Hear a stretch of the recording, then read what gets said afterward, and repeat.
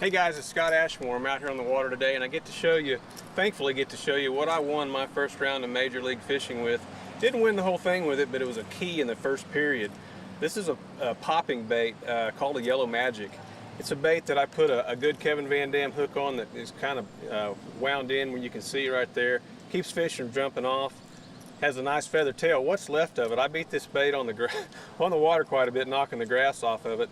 I've got it hooked up with a 15-pound trilene mono, and which is real important. It keeps the bait on the top of the water, doesn't sink down in the water, so you can have a real nice action with it.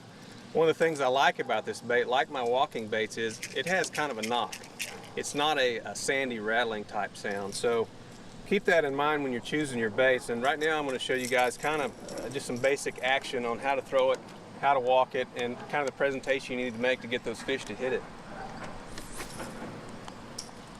You want to throw it over, close to cover if you can. It depends on if you're fishing a grass lake or a lake with cover, where the fish are. But a popping bait, you want to pop it just like that and make the water come up and splash.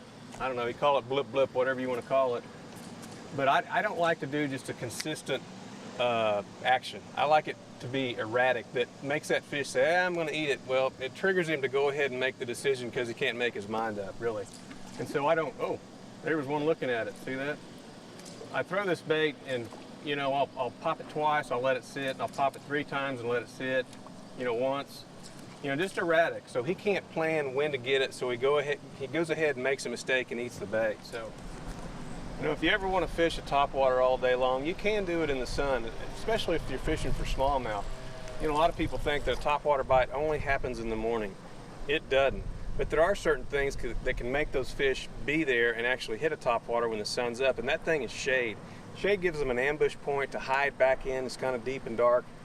Not deep, but it's dark, where they can hide and come out and eat the bait fish that doesn't see them coming, so it gives them an advantage. So anytime you have a little shade line like this, or something as the sun rises that you can get behind some trees, something to keep on your plate in your menu of how I'm going to fish this bait, fish the shade.